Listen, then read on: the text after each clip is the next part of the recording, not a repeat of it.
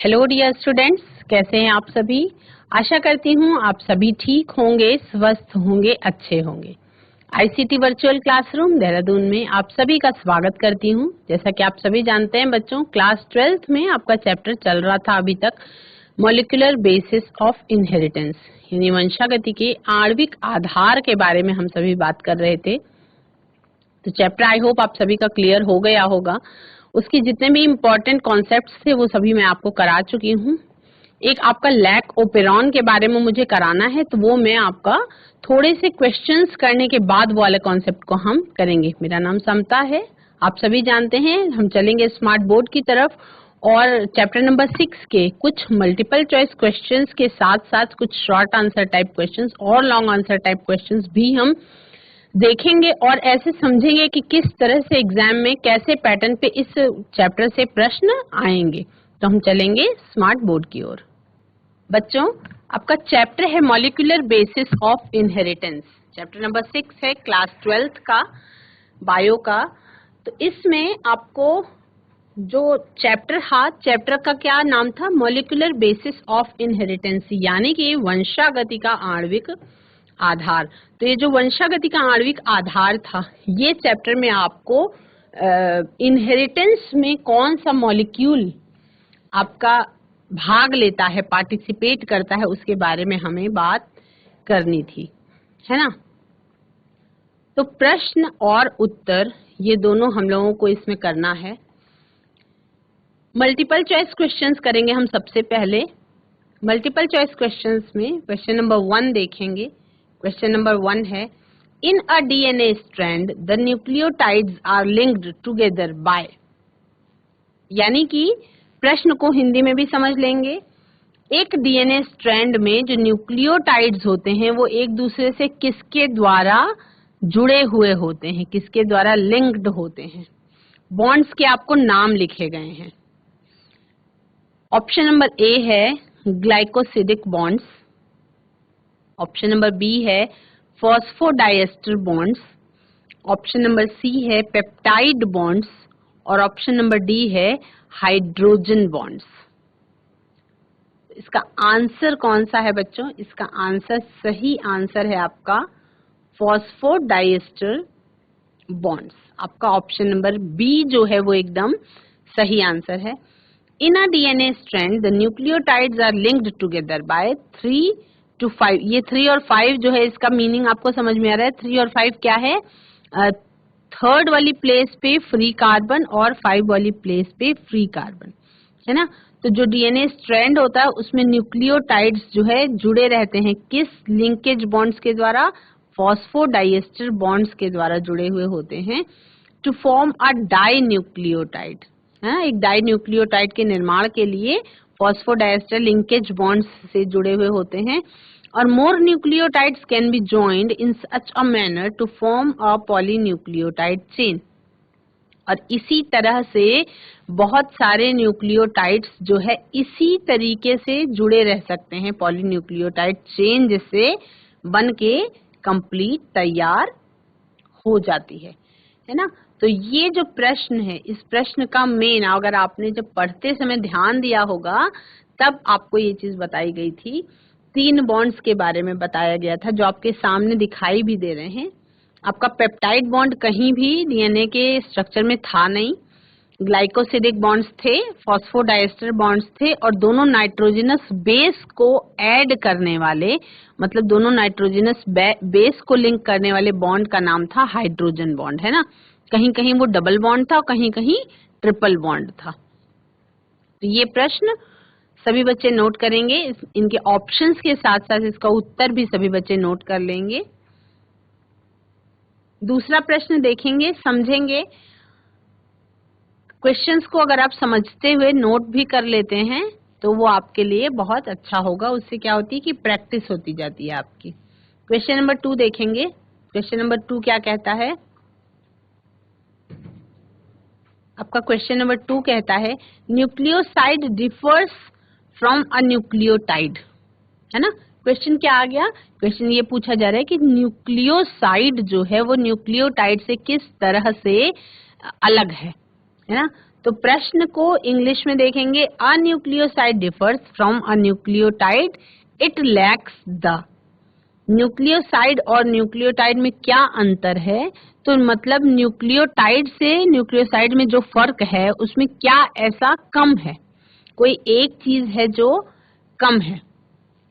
क्या कम है? Option number ए में दिया गया है बेस, ऑप्शन नंबर बी में दिया गया है शुगर, ऑप्शन नंबर सी में दिया गया है फॉस्फेट ग्रुप और ऑप्शन नंबर डी में दिया गया है हाइड्रोक्सिल ग्रुप। तो आंसर है ऑप्शन नंबर सी, है ना। अब इसको समझ लेंगे, आगे बढ़ जाएंगे, इसको समझ लेंगे। A nitrogenous base is attached to the pentose sugar by an N-glycosidic linkage to form a nucleoside. A nitrogenous base is attached to the pentose sugar by an N-glycosidic linkage to form a nucleoside. तो nucleoside मतलब क्या होता है? Nitrogenous base plus pentose sugar, है ना। अब nucleotide कैसे बनता है? When a phosphate group is attached to fifth hydroxyl group of a nucleoside through phosphodiester linkage, a nucleotide is formed. तो न्यूक्लियोटाइड क्या हो गया? न्यूक्लियोसाइड है nitrogen base plus pentose sugar, और न्यूक्लियोटाइड क्या है? न्यूक्लियोटाइड है nitrogen base plus pentose sugar plus phosphate group, है ना। सो अ nucleoside differs from a nucleotide as it lacks the phosphate group. Nucleoside nucleotide से डिफरेंट कैसे है? उसमें एक फॉस्फेट ग्रुप की कमी पाई जाती है। किसमें? न्यूक्लियोसाइड में। तो ये आपका हो गया प्रश्न नंबर 2, प्रश्न संख्या 2 हो गया, जिसमें आपने सीधे तौर पे प्रश्न पूछा गया था कि न्यूक्लियोसाइड न्यूक्लियोटाइड से कैसे डिफरेंट होता है ना। उसको थोड़ा सा एक्सप्लेन भी किया मैंने और आपको आंसर भी ऑप्शन नंबर सी के रूप में सामने आया। फॉस्फेट ग्रुप की उपस्थिति या अनुपस्थिति के आधार पर न्यूक्लियोसाइड और न्यूक्लियोटाइड नाम जो है वो दिया गया है। प्रश्न संख्या 3 देखेंगे। Both deoxyribose and ribose belong to a class of sugars called। ये जो डीऑक्सीराइबोज और राइबोज शुगर्स है, ये कौन से शुगर्स के क्लास से बिलोंग करते हैं? ऑप्शन नंबर ए है ट्राइओजेज, ऑप्शन नंबर बी है हेक्सोजेज, ऑप्शन नंबर सी है पेंटोजेज और ऑप्शन नंबर डी है पॉलीसेकेराइड्स, है ना। तो जिन बच्चों ने ध्यान से पढ़ा था वो तुरंत ही इस प्रश्न का उत्तर कर लेंगे। आंसर है आपका option number C, option number C यानी कि पेंटोजेज इसका आंसर है। मैंने आपको पहले ही बताया था कि डीएनए में जो है पेंटोज शुगर कंपोनेंट के रूप में मौजूद होती है। तो आंसर इसका क्या है? Both deoxyribose and ribose belong to the class pentoses as it contains s carbon atoms. अब स्ट्रक्चर देखेंगे सभी बच्चे। डीऑक्सीराइबोज और राइबोज में अंतर कहाँ था? यहाँ एक जगह पे OH था और यहाँ पे H है केवल।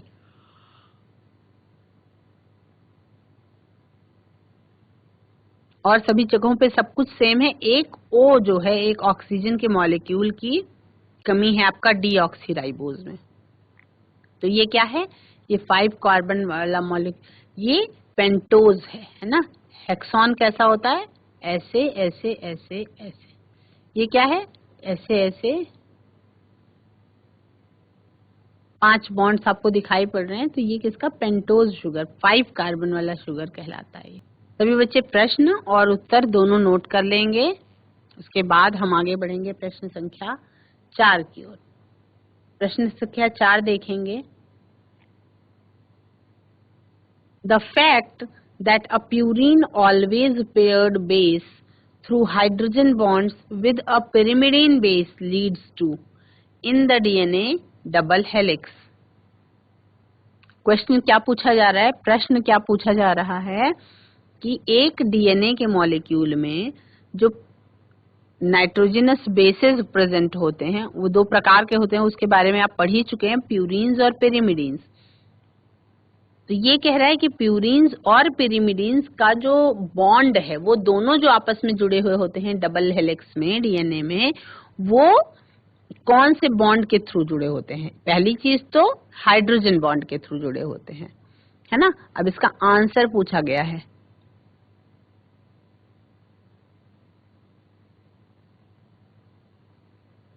कि इनका नेचर क्या होता है। ऑप्शन नंबर ए है the antiparallel nature, option number B है the semiconservative nature, option number C है uniform width throughout DNA, और ऑप्शन नंबर डी है uniform length in all DNA, है ना। तो आंसर क्या है आपका यूनिफॉर्म विड्थ, यानी कि जो दोनों स्ट्रैंड्स हैं उनके बीच की जो दूरी है वो एक समान होगी पूरे स्ट्रैंड में, है ना। The diameter of the strand is always constant due to a pairing of purine. Purines कौन कौन से हैं, adenine and guanine and pyrimidine, जो कि है साइटोसिन और thymine. This specific bonding gives uniform width to the DNA, और ये स्पेसिफिक बॉन्डिंग जो है ये डीएनए के अंदर दोनों स्ट्रैंड्स के अंदर जो विड्थ होती है उसको एक समान बना के रखता है पूरे थ्रू आउट स्ट्रैंड में। क्वेश्चन नंबर 5 है the net electric charge on DNA and histones is. DNA और हिस्टोन्स पे इलेक्ट्रिक चार्ज जो है वो कौन सा होता है, मतलब हिस्टोन प्रोटीन्स के बारे में पूछा जा रहा है और डीएनए स्ट्रैंड के बारे में पूछा जा रहा है ना। तो दोनों के अंदर जो है अपोजिट इलेक्ट्रिक चार्ज होता है, तभी वो दोनों एक दूसरे को अट्रैक्ट करते रखते हैं। तो ऑप्शन नंबर ए बताया जा रहा है both positive, option number B बताया जा रहा है both negative, option number C बताया जा रहा है बोथ ए एंड बी, यानी कि बोथ पॉजिटिव बोथ नेगेटिव, और ऑप्शन नंबर डी बताया जा रहा है 0, है ना। तो आंसर क्या है आपका, आंसर है आपका ऑप्शन नंबर सी, यानी कि पॉजिटिव भी और नेगेटिव भी।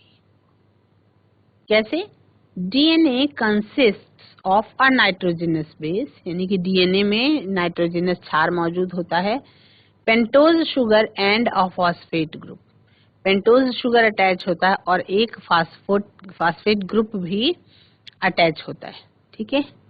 DNA has negative charge due to the presence of phosphate group, DNA has negative charge due to the presence of phosphate group. DNA के पास कैसा होता है, डीएनए का जो स्ट्रैंड होता है वो नेगेटिव चार्ज होता है, और हिस्टोन्स जो है वो बेसिक अमीनो एसिड्स में रिच होते हैं, लाइसिन्स और आर्जिनिन्स में, which carry positive charges in their side chains। तो इसलिए जो हिस्टोन्स हैं वो पॉजिटिवली चार्ज्ड होते हैं, और जो डीएनए स्ट्रैंड है वो क्योंकि उसके साथ फॉस्फेट ग्रुप अटैच होता है इसलिए वो नेगेटिव चार्ज होते हैं।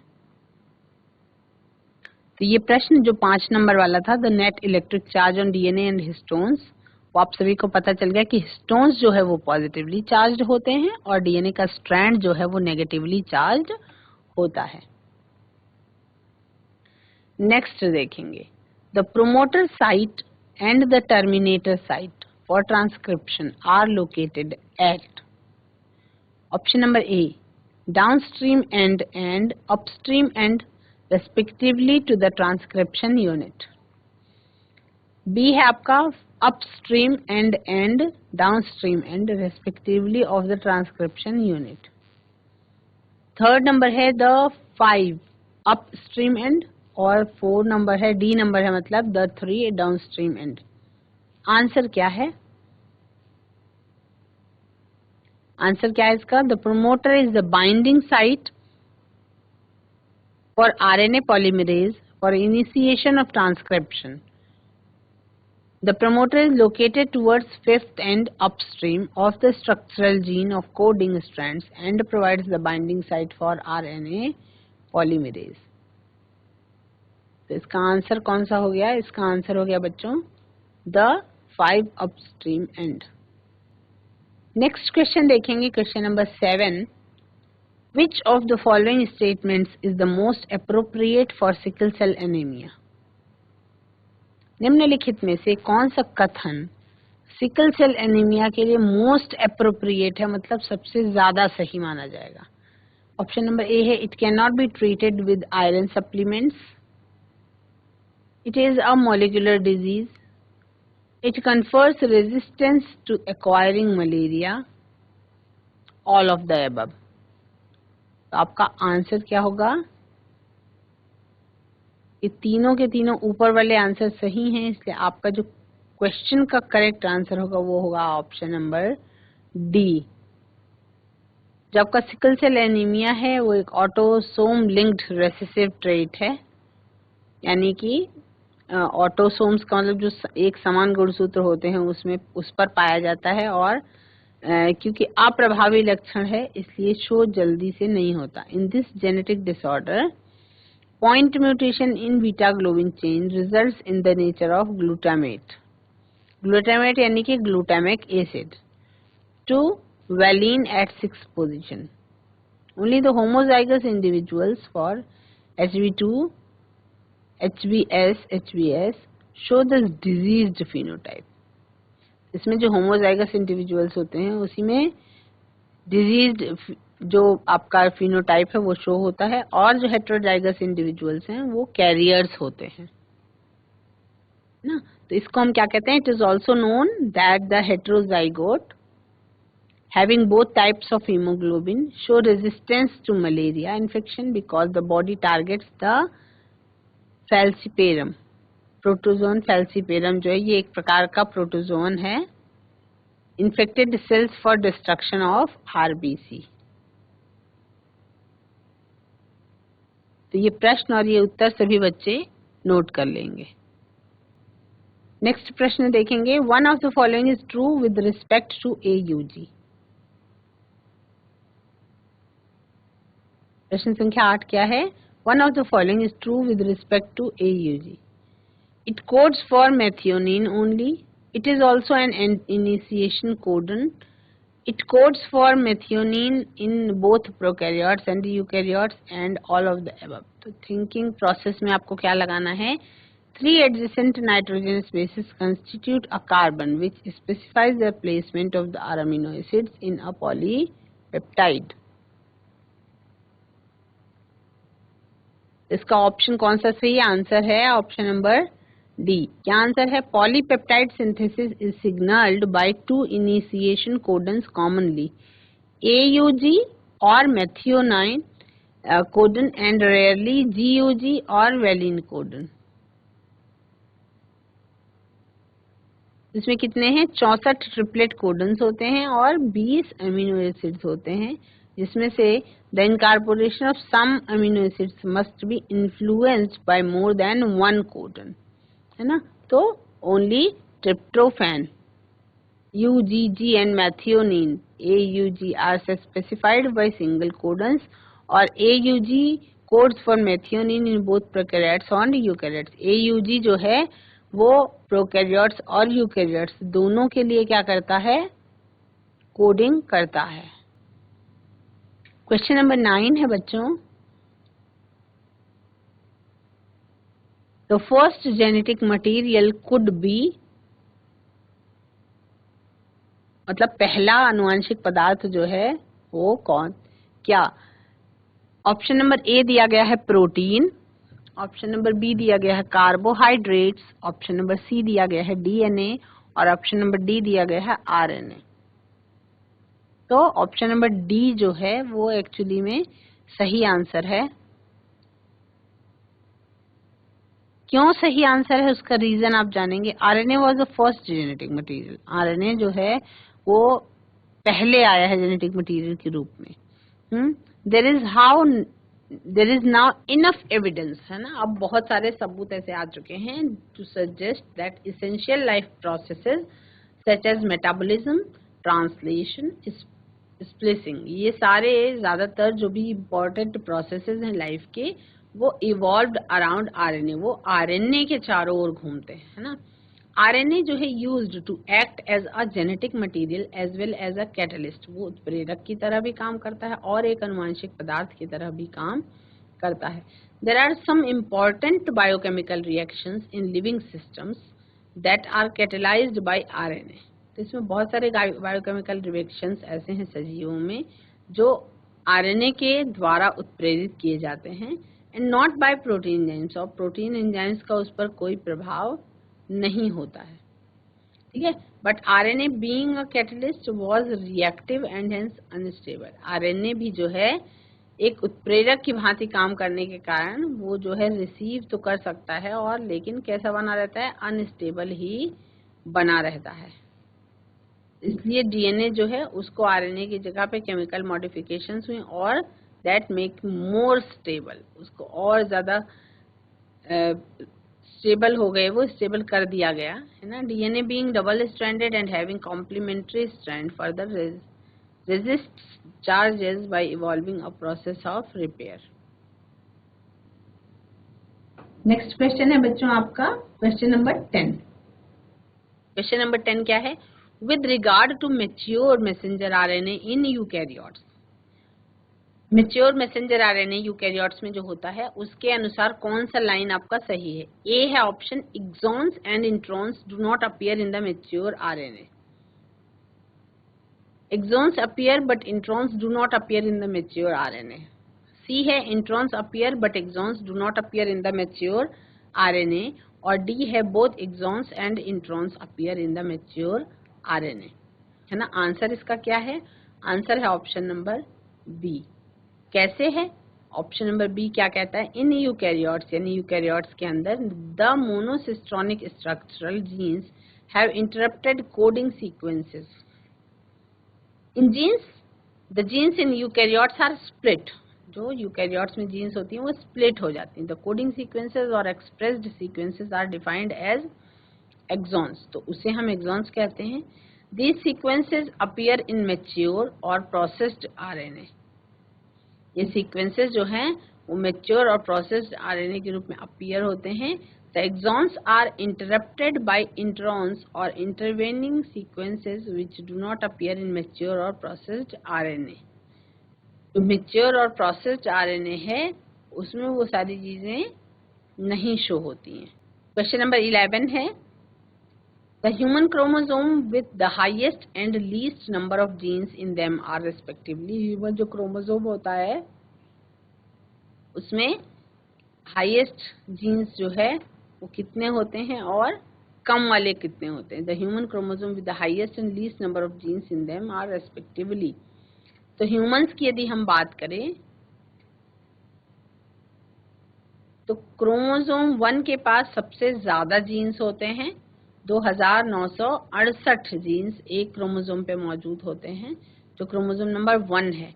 और Y जो है, Y has the fewest genes, जो Y वाला क्रोमोसोम होता है उस पर सबसे कम जीन्स मौजूद होते हैं, 231 के आसपास जीन्स उस पर भी मौजूद होते हैं। सभी बच्चे साथ साथ नोट करते चलेंगे, आगे बढ़ते हैं। ये आपसे पूछा गया डबल हेलिक्स मॉडल के बारे में। Who amongst the following scientists had no contribution in the development of the double helix model for the structure of DNA? Question number 12 है, आप सभी ने जाना, Who amongst the following scientists had no contribution, कोई contribution नहीं है उनका double helix model को डेवलप करने के लिए। Rosalind Franklin, Maurice Wilkins, Erwin Chargaff और मिचेल्सन स्कैल, है ना। तो ये फटाफट से आप क्या करेंगे, वैज्ञानिकों के नाम नोट करेंगे और आप वैज्ञानिकों के नाम नोट करेंगे और उसके ईयर्स को भी नोट करेंगे। It was only in 1953 that James Watson and Francis Crick based on the X-ray diffraction data produced by Morris Wilkins or Rosalind Franklin, proposed a very simple but famous double helix model for the structure of DNA. Erwin Chargaff ने क्या किया था? Observed that for a double stranded DNA the ratios between adenine and thymine and guanine and cytosine are constant and equal ones. In the other hand, other bond, Matthew Michelson and Franklin Stahl in 1958 performed experiences on E. coli to prove that DNA replication is semi-conservative or had no contribution if the development of double helix model.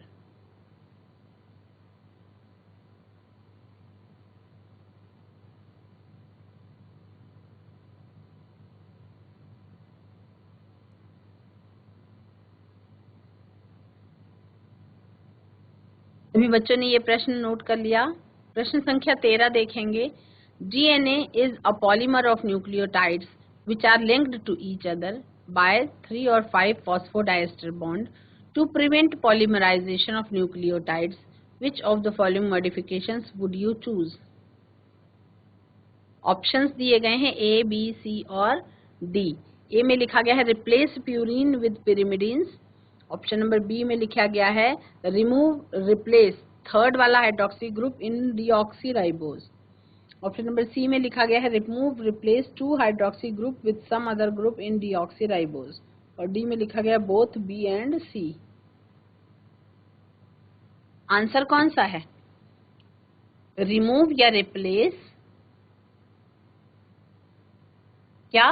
Hydroxy group third point वाला इन deoxyribose.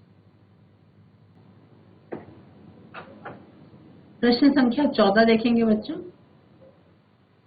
Discontinuous synthesis of DNA occurs in one strand because discontinuous synthesis of DNA occurs in one strand because option number A है DNA molecule being synthesized is very long। जो DNA molecule synthesize होता है वो बहुत लंबा होता है। DNA dependent DNA polymerase catalyzes polymerization only in one direction। 5th से 3 की तरफ को होता है ना डीएनए जो पॉलीमरेज कैटलाइज करता है, पॉलीमराइजेशन जो होता है। It is a more efficient process. और डी है DNA ligase has to have a role. ये प्रश्न जो है इसका उत्तर है आपका DNA dependent DNA polymerase catalyses polymerisation only in one direction, है ना। थिंकिंग प्रोसेस में आपको दिमाग मतलब याद करने के लिए कि इसका आंसर ये सही है तो क्रॉस चेक कैसे करेंगे। The replication of 3 towards 5 strand is continuous and it is called a leading strand, while the replication of second strand of the DNA molecule is discontinuous and it is known as the lagging strand, है ना। तो answer क्या था? DNA polymerase adds deoxyribonucleotides to the free 3 end of the growing polynucleotide chain, so the replication of the 3 or 5 strand of the DNA molecule is continuous। continuous में क्या मतलब है? growth of the new strand in 5 towards 3 direction। since DNA dependent DNA polymerase catalyzes polymerization only in one direction, केवल एक ही direction में, बल्कि discontinuous synthesis DNA की occurs होती है in other strand. One more question बच्चों टुडे। एक और क्वेश्चन आज हम कर लेंगे, फटाफट से करेंगे ये वाला। उसके बाद अगले दिन हम शॉर्ट आंसर टाइप क्वेश्चंस कुछ और दूसरे क्वेश्चंस करेंगे। मल्टीपल चॉइस क्वेश्चंस आज आपके हो गए हैं, ऐसे बहुत सारे हैं, लेकिन क्या करें, मैं आपको केवल पैटर्न बता रही हूँ क्वेश्चंस का कि कैसे क्वेश्चंस का पैटर्न आता है ना। अब ये सारे क्वेश्चंस का ही सेशन हुआ करेगा जब हम एग्जाम के करीब आएंगे, तब केवल सारे कॉन्सेप्ट्स आपके क्लियर हो चुके होंगे, तो केवल क्वेश्चंस का ही सेशन हुआ करेगा। अभी केवल मैं हर चैप्टर के बाद हल्का सा आपको बता देती हूँ कि किस तरीके का पैटर्न आपका एग्जाम में आता है। क्वेश्चन नंबर 15 पूछा जा रहा है, विच of the following steps in transcription is catalysed by RNA polymerase, है ना। ट्रांसक्रिप्शन जो है उसमें कौन सा स्टेप जो है वो उत्प्रेरित किया जाता है, किसके द्वारा? आरएनए पॉलीमरेज के द्वारा। ऑप्शन नंबर ए है initiation, elongation, termination and all of these, है ना। तो आंसर क्या है? इलोंगेशन। आंसर क्या है? Elongation. The option number B is the correct answer. The DNA dependent RNA polymerase helps in DNA replication by catalyzing the polymerization in only one direction, that is fifth towards 3. तो बच्चों, आज की class में आप सभी बच्चों ने molecular basis of inheritance chapter के कुछ प्रश्न उत्तर मतलब कुछ बहुविकल्पीय प्रश्न हम सभी ने डिस्कस किए. आई होप कि आपको समझ में आया होगा. आज की क्लास में इतना ही बच्चों. अगले सेशन में हम कुछ और क्वेश्चन आंसर्स को डिस्कस करेंगे. That's all for today. Have a nice day. Take care.